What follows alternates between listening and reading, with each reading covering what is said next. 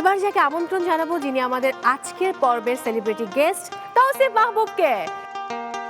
তোমারে দেখিবার মনে চায়, দেখা দেও আমায়, তোমারে দেখিবার মনে চায়। এই এক খালি বছর ছোট, এটা কি আসলে খুব বেশি সালামি দেওয়ার যোগ্য? আল্লাহ, একদিনের বড় হলেও তো সালামি দেয়। তো কেমন ছিল কাঁচা কলিজা খাওয়ার এক্সপিরিয়েন্স? গাগুলি আসার মতো। হ্যাঁ, এবং আমার অ্যাসিস্ট্যান্ট দৌড়ে পালালো। ঘন ঘন তোমায় মনে পড়ে। আর যদি আমি হাত কেটে ফেলি? আপনার যিনি বেটার হাত, তিনি কিন্তু ক্যামেরার পেছনে বসে আছেন আপনার জন্য। সো আমরা এক হাঁড়িতে যদি এক পিস এলাচ থাকে, ওটা আমার প্লেটে আসবে, আমার মুখে ঢুকে যাবে।